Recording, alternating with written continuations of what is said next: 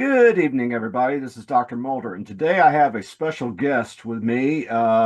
This gentleman has been following radionics for quite some time. I think he even studied under Charles Casamano, or at least studied his works, and is quite familiar with radionics.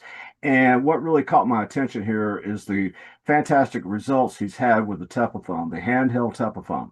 And before we get started with this, hey, Mr. E, as you like to be Yes, called. Brad. Yeah, yes. Tell us, the audience here, what's your background with radionics? How did you get started? What's been your experiences, that kind of a thing? Well, I don't know the exact year specifically. I read about it, but it was, I believe, on the internet. And I'd been into metaphysical and occult type stuff and but just trying to figure stuff like that out and making thought forms. And I found a lot of ritual magic to be really long, unnecessarily long-winded and overly complicated. And but I read about these radionics instruments and they seemed really hard to get a hold of, and I couldn't find any that were cheap. And I kind of shrugged my shoulders. And I think this was during the Bush 2 years rather. And but fast forward like the 2014, I heard of this guy named Charles Casamano. And so I went to his website and his YouTube channel, and it blew my mind how simple his methods were. Hmm. And so I had this dead flat screen PC monitor at my old apartment, and I looked at it and it had witness panels in it and stuff, and I started using that and it worked real well. Hmm. And then what Here, happened? Go ahead. uh, a couple times I made weird neighbors of mine disappear, like after about 6 months.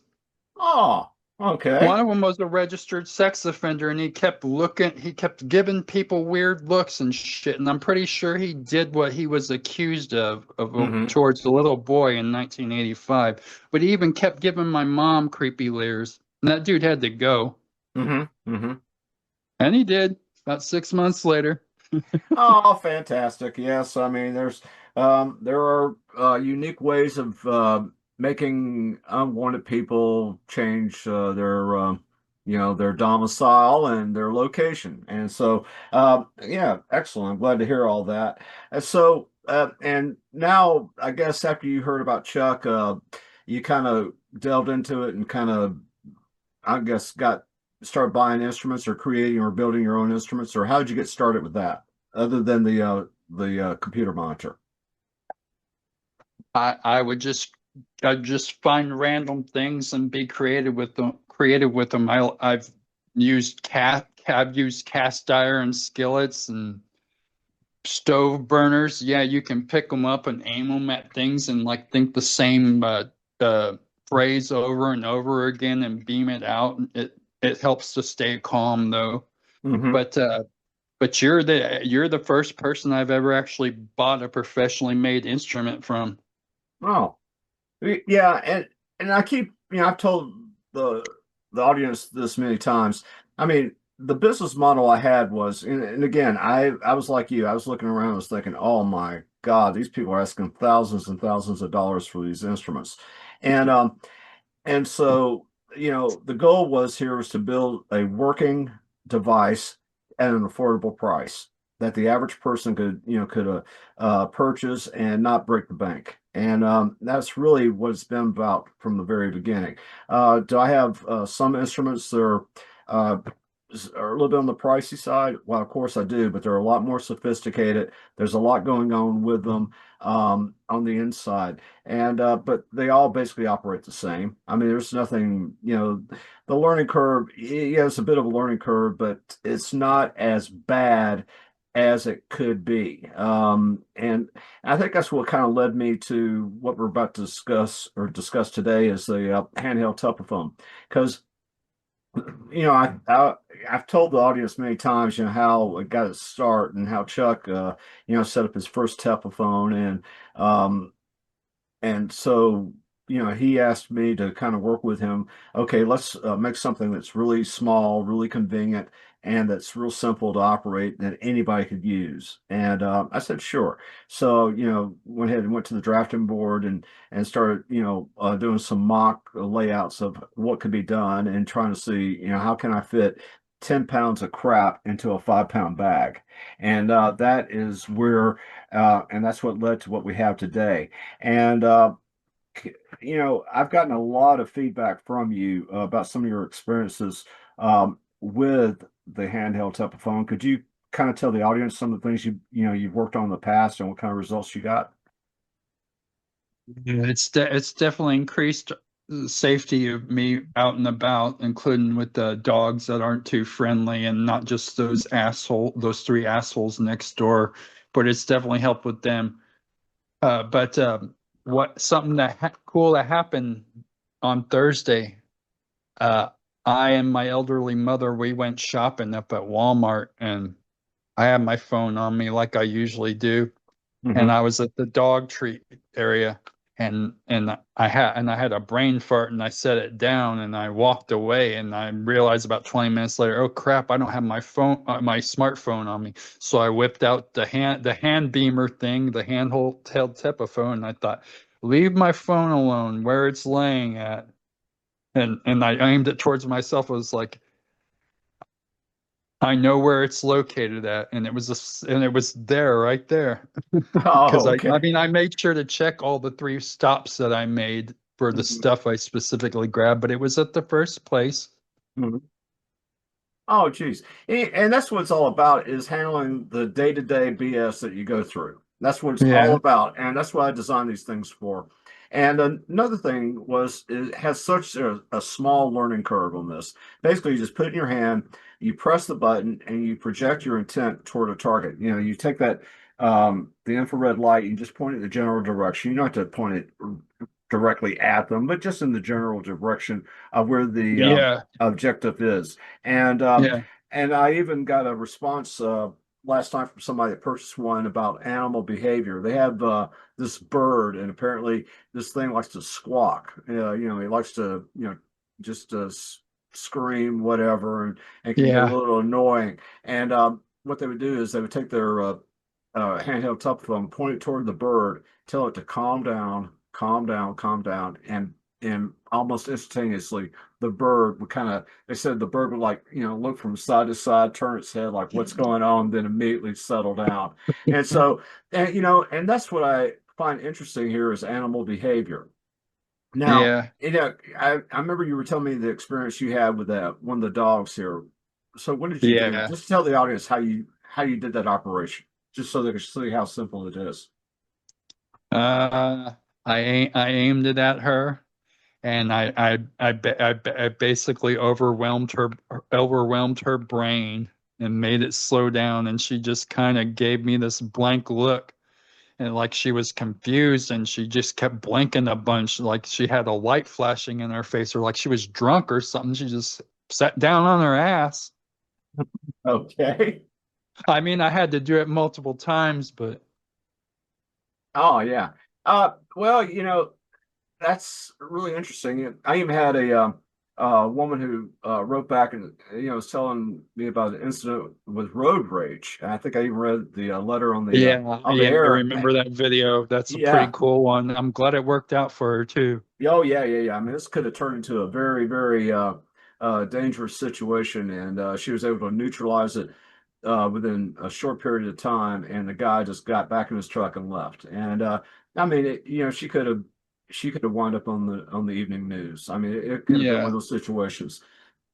But and that's why I appreciate about these devices. Again, it's the simplicity of them. Can you kind of go into some of, like, what's your mindset? Like when you press that button and you're pointing it toward a target, what is your mindset? Are you what are you got kind of thinking here? You're like formulating a picture or a situ of what you want the outcome to be, or are you projecting your intent to them mentally? I mean, what are you doing here?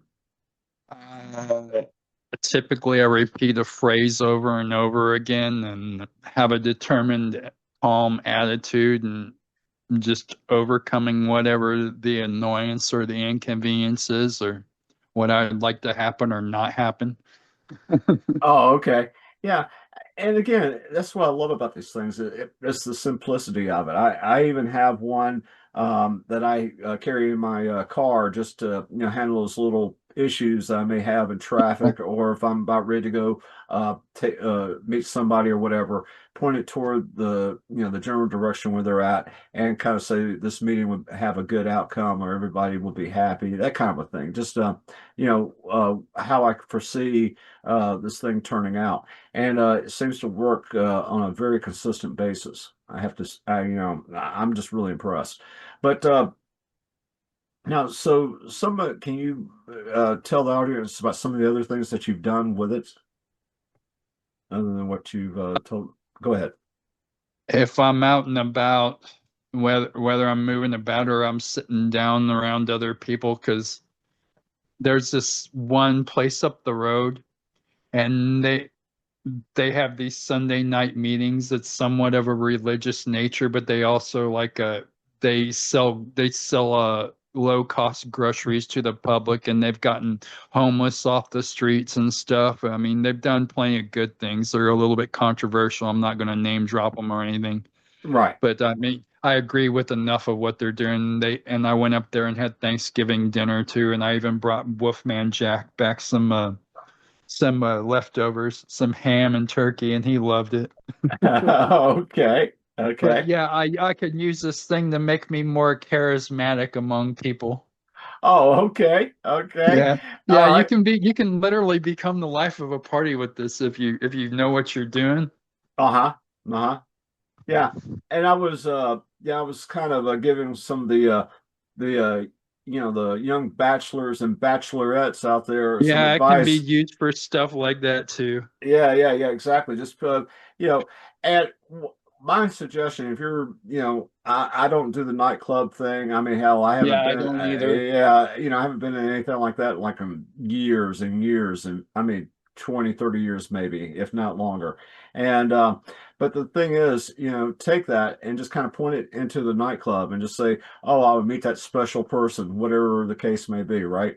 And see what Yeah. happens. Or if you have a particular person that kind of strikes your fancy, or you kind of want to get to know better, kind of point it toward them and be discreet Yeah. about it, because that's the beautiful thing about it. It has that infrared light, so you're not like going to really stand out, but just kind of be discreet about it, point it toward the general direction and say, oh, I'd like Yeah. to talk to you. I'd like to talk to Or you, or or whatever. or, or Go ahead. right as you're heading into the venue or whatever, be like, everybody in here thinks I'm okay and likes me and gets along with me. Yeah, exactly. Whatever the intent or the it may be. Exactly. Exactly. And you'll be surprised the results you'll get. And so that's some of the advice I would give. And again, it's all about the simplicity, and the portability. I have a lot of devices out there, and they work fantastic. And they really, I think they're like for major type operations. I mean, things that require a lot of energy to really make things happen. But yes, they have their use case. But with the handheld Tepaphone, it's basically, like I said, it's just for those instantaneous things. And for the spur of the moment things where really you're not at your lab, or you're not in front of your desk or your table or whatever to tune a machine. I mean, you actually got Yeah. something there, immediately press the button and you've already started an operation. And again, I think the because of the amplifier that's built into the Tepaphone, and the intent or the energy that's coming off the operator, which is which is transmitted into the device, picked up by the amplifier, and is then taken up a couple of notches. The energy level is vastly increased, and then it's projected through a light toward that situation. It seems to be very, very powerful for such a small, simple device. I'm really, it's one of those things. Chuck and I, we built quite a few back in the day, and I actually, he helped me design it, and I'm just the guy that built it. But we were able to um, you know, get the kind of feedback that we're looking at today. And Yeah. I thought, it's like one of those things where somebody says, "Hey, I love your Tepaphone. I love your Tepaphone." That's what kind of got me back into it. And I think 2025 was the year that I really started going crazy, into the Tepaphone technology and interfacing it, with the other machines. Yeah, I have all three of the ones you currently sell. I love them. I love all three of them, man. I'm glad I bought every one of them off you. Oh, well, thank you. Well, thank you. And Thank you for making them and uh, marketing them. Yeah, well, I've been working, with Josh on this, and he has sort of a more Yeah, of a bigger audience than I do, and yeah, I was able to kind of spread get the word out there. I think yeah. between Josh, He's a really good salesman, that's for sure. yeah, that is true. That is I bought true. all kinds of stuff off of him. Oh yeah, and the thing about it is he he everything that he sells he uses himself. He's got I believe you and him both for some reason. Well, far be it to question, your judgment here with us. But Yeah. no, no, the thing about it is, I'm a consumer just like everybody else. I want to get I want to get my money's worth. I want to get, if I buy something, I want it to perform as advertised, and I think that's what we try to do here. Um, all the time, and it seems to be working because, the many thousands of devices that are out there around the world, if they weren't working, why would they keep coming back? And a lot of my customers are repeat customers. So if the first one didn't work, why do they keep coming back for the second one and the third and fourth, and that kind of thing. And so, Right. right. And something interesting. You mentioned Go earlier ahead. that I Yeah. got that you're ordering a second Tepaphone. Can you please tell Yeah. the audience why you're getting a second one? Because of that incident in Walmart, I mean, it saved it's saved my ass because I was able to. I mean, I knew in the back of my mind where my phone probably was, but it added a little bit of extra protection over Mhm. it, like a protective aura over it, so everybody who passes by that specific spot not notice it laying there. I Mhm. mean, granted, there are a lot of honest people out there, and the chance they would have someone would have been like, "Hey, at the front desk, hey, somebody lost their phone. Please Mhm. announce it on the speaker." Right. Right. Exactly. Exactly. And But not everybody's trustworthy either. So okay. All right. Um, but yeah, I think you mentioned something like using it like one on each hand, and like when you project something toward a target. Is that what you were kind of? Is that one of the ideas yeah, you had in mind? that's another reason why I just ordered a second one, so there could be that whole push pull mechanism. Remember what I was telling you about about recently about how everything has a push and a pull and a neutralization. Right. Hmm. Oh, Yeah. okay. Okay. So yeah, an extra double-ended connector with a jack on each side would be appreciated as well.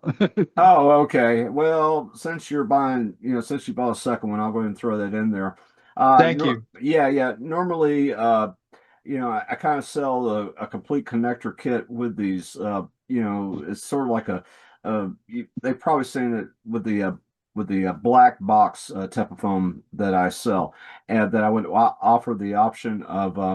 I think I have like Yeah. a one with an alligator clip, one with Y- a copper plate, and one with a double-ended connector. So Yeah, you sent those first time around, and I appreciate that. They're quite helpful actually.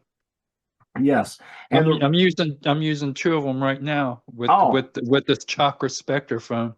oh yeah, It's pulling energy in from the sun oh, for fantastic. yeah. And I also, as like a witness sample, I got this idea from Charles Cosimano. It has to do with the crown of Charlemagne, I remember but it's that like a video. picture. It's a picture of a statue of like Charlemagne's bust. It's like made of gold, and like part of the chest is like supposed allegedly the top of his skull. Hmm. Yeah, Wow, interesting. Yeah, Chuck was mentioning that, and I had people asking, questions about how can I charge crystals? How can I charge, uh, uh, you know, different objects or whatever, with, radionically. And basically, that's the same thing Chuck was doing. All he had was a picture or something representing Charlemagne. They had something representing, I guess, a crown. I think at the time he had like sort of like a what was sort of like a uh, something you use in cooking, like for strainer. It's like a strainer or something, a metal Yeah, yeah, strainer. like a colander on top of his head with alligator clips. It looked a little bit goofy, but I have no doubt it worked. Oh yeah, and so the point of it is he was showing how to transfer energy, and I mean, real simple to do. Basically, you have the object that you want that energy, or that has the energy that you want to transfer. You put that on the copper plate, and also you need a device like a crystal, for example, a crystal. You put that on Yeah, the copper plate. something to put the energy in, Exactly. basically, and have it like a battery. A Ex crystal could also be a filter too. Exactly. And so what you do is you put both of those initially, you put both of them on the copper plate, and then you tune the machine for that energy to be transferred in that crystal. Once you Yeah, tune the machine for that, you simply take the crystal itself, put it on the output plate, whether it's a Tepaphone, whether it's a regular standard machine that I build, the 9 dial machines, what have you. It doesn't, for that operation, the stuff is identical.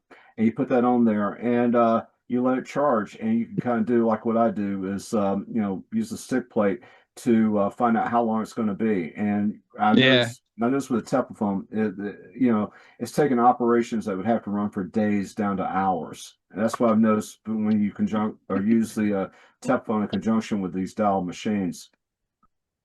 And so once you tune it for the energy transference, uh, just test the thing for how long it needs to be on there. And once you get a time setting, you put the crystal on the output plate, let it run for that amount of time. And when the timer's up, go back and see if it's been charged sufficiently for your whatever it is you're going to use that object for. And it's just that simple. It really, it doesn't take a lot of effort or you know uh, a lot of experience to make that operation work. another thing I'd like to add. Go ahead. Um, Years back, I noticed on a night with a full moon at the previous place I stayed at. I was in the backyard there, and I could see the big old full moon. It was bright as heck, man. I had a flashlight, and I was like, I'm gonna try something. And I aimed a flashlight towards the full moon, and I don't remember what I was working on, but I used it as like I beamed my intent into it, and I could feel it amplify big time. So the next time there's a full moon, remember that. Oh, okay, no And worries. you're doing things at night. Hmm. Yeah, and I've noticed I'm usually my most productive at nighttime for whatever reason. I'm a night owl, and I do a lot of my best work at night. I don't know why. It just seems to work out that way. And plus, I don't have all the interference, having to take care of phone calls, the typical day-to-day stuff that you have to Yeah. do. And that way I'm undisturbed. I'm able to concentrate on what I'm doing, and it just seems to work better for me in my particular situation. But I specifically go to bed before a lot of people do. It's just how I am. I used to be the opposite, but as I'm climbing towards middle age, I don't like to stay up very late anymore, and I'll get up earlier before most people are. And right. yeah, yeah, yeah, we wake up at different times, but I know there's times when we're also awake at the same time. I think by the time I'm pretty much up or getting close to being up, you're probably about ready to retire. Yeah, exactly. You being an insomniac and all, and that's okay. I'm not mad at you. Oh, okay, thanks. It's your life. Yeah, yeah, exactly. Yeah, I probably sleep maybe 5, 6 hours a day. I might have like a little cat nap, something like that. It's just, yeah, I really, for whatever reason, as I've gotten older, the less sleep I need. I don't know if that's a positive or a negative. It just seems to be the way it is. But I always Yeah, feel, whenever I get tired, I always rest. And another thing too, I noticed when dealing with radionics, even though you're not really physically exerting yourself. I've noticed that you can easily get tired when you're either building these machines or operating them. It does seem to take something out of you a little bit from time to time if you're not, if you're not careful. That's just what I've Yeah, noticed. I believe you. Yeah, Yeah. I've noticed that if I do a lot of psionics or something, it can leave my brain tired if I'm not careful. There are times when I have to take a bit of a break from it. hmm Oh yeah, oh yeah, and that's the reason why I do like a lot of supplements for cognitive health, Yeah, and just to kind of give me that extra wump, to kind of where I'm not exhausting myself and not burning the candle at both ends, so to speak. But yeah. it really it's an interesting adventure, and I'm really enjoying myself, with this. Uh, Now, I guess we're about ready to wind down here. Is there anything you want to tell the audience about radionics, or any advice, from your experiences when it comes to radionics? Uh, don't get too worked up. Try to stay relaxed, even if there's a tense situation, and be as creative as you can, and trust in your intuition. Sometimes some of this stuff it comes across as real counter logical and counterintuitive, but Yeah, yeah, I've noticed that too. Um, And I agree, just to be, cool, calm, and collective about it. Because with radionics, you always have the upper hand. And that's what I've noticed about radionics. I was discussing this with another guest recently, and we're probably going to air the show the next few days. But okay. yeah, but we were discussing how what radionics seems to do is like the great equalizer. It gives everybody their power back, and you're able to control your fate, and you're able to do things you normally could not do, or would not do. I guess it depends on the case.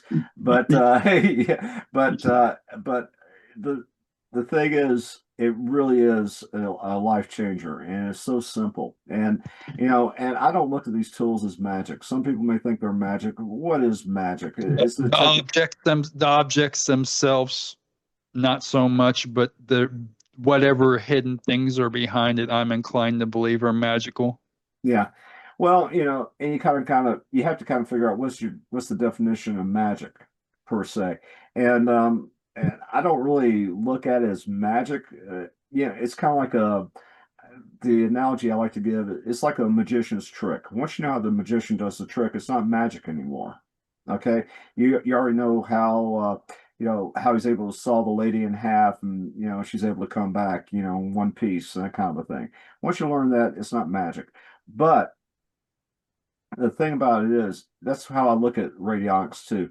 It's not, once you kind of have a better grasp of how reality works, how physics works, how the universe works, then you just kind of look at it. Well, okay, this is the rules of the game. I'm going to use those rules to my advantage, and that's exactly how I play this.